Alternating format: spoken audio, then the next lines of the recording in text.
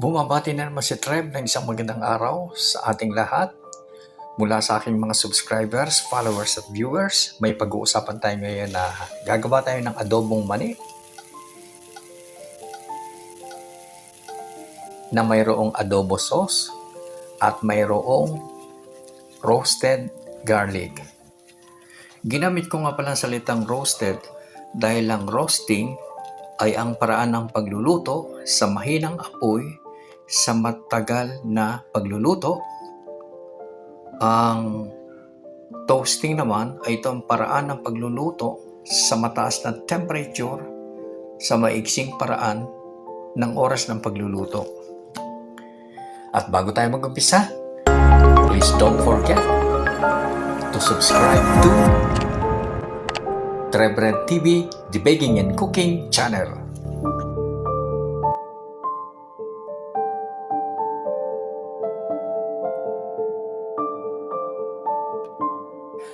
At tayo na, umpisa na natin itong ating mise en place. Ang kailangan natin dito ay 2 ulo, 2 valves ng garlic. Alisin natin isa-isa. At yung mga nalalabing balat, tanggalin natin. Hiwain natin ngayon, alisin natin yung matigas na ulo nitong ating garlic bulb.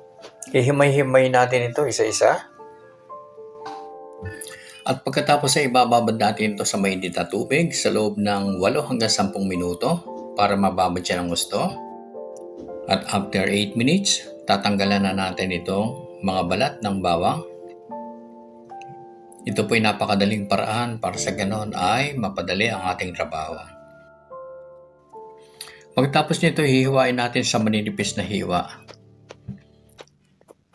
Hanggang sa matapos natin itong 2 bulb ng bawang. And then, habang ginagawa ito, dapat nakapainit na itong ating kawali sa low temperature ng apoy. Lalagyan natin ito ng mga 2 cups ng cooking oil. Painitin natin ang cooking oil sa mababang temperature. At pagkatapos nito, ilalagyan na natin yung bawang. Huwag malakas ang apoy dahil ito ay madaling masunog. Sunog ang labas, malambot ang loob. Ang pagluluto rito ay dahan-dahan sa mahinang apoy. Halo-haluin natin ito para sa ganoon ay magpantay ang pagkakaluto nitong ating bawang at ito'y maging crispy o malutong na bawang. Hintayin natin to na maging golden brown, yung medyo tuyo na yung bawang, kasi pag medyo basa-basa ang bawang, pag kinakain natin yung ating peanut ay malambot yung bawang. Kailangan is crispy bawang ang gagawin natin dito sa ating pagluluto. Halo-haluin para magpantay ang kulay niya. At syempre, don't forget to subscribe to my YouTube channel, Trev Red TV.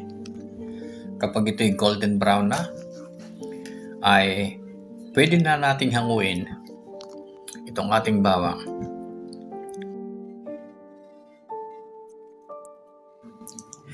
Ngayon naman ay hahanda natin yung adobo sauce.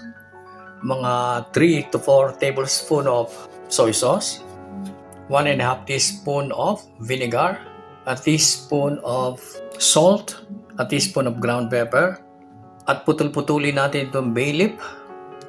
Ibababad ito sa lukewarm o mainit na tubig para ilabas yung flavor at aroma ng ating mga ingredients. Ngayon naman ihanda natin itong ating kawali. Lalagyan natin ng 4 na tasa na cooking oil at ito'y ipapainit natin sa medium heat temperature. Hindi siya high temperature kundi nasa medium heat para pagkaluto nitong ating 1 kilong skinless raw peanuts ay maging malutong at brittle. Pag mainit ng kawali, pwede na natin ilagay itong ating peanut. Halu-haluin natin. I-rest natin ito for 2 to 3 minutes para magpantay yung init sa ilalim.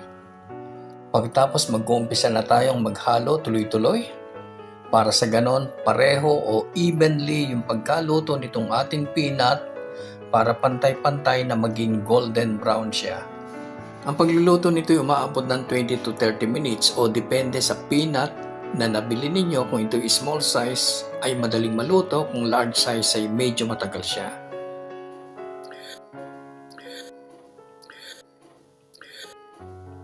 At ngayon ay pwede na nating hanguin at ilalagay natin ito sa colander o salaan para yung lahat ng mantika ay bumagsak sa ilalim.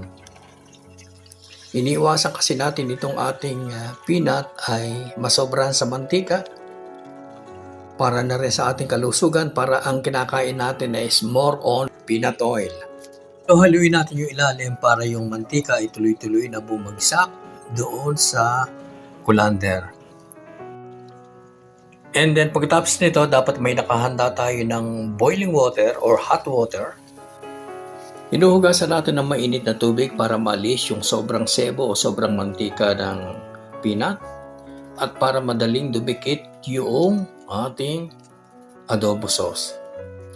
Ang paghuhugas ay madalian lang dahil ang mainit na tubig ay pwedeng maluto o maging sunog ang inyong peanut.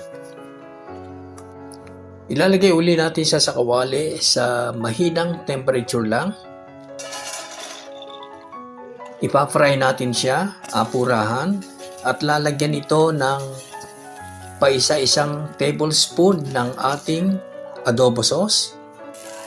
Huwag biglaan kasi magtutubig yung ilalim, baka lumambot yung ating peanut. Kapag natansya na natin na medyo natuyo na yung sauce na inilagay natin, maglalagay ulit tayo ng sauce. Ang adobo sauce dito magmula 3 hanggang 5 tablespoon ng adobo sauce. Hindi na ako naglagay ng asin kasi maalat na, o nasa sa inyo ang adjustment sa paglalagay ng asin. Ang anumang komento, pagkagusto, pagbabahagi, at pagsipi sa aking channel ay malugod kong tinatanggap. At ngayon naman, ilagay natin sa isang baking tray. Spread natin siya para lumamig at budbura natin ito ng roasted peanuts.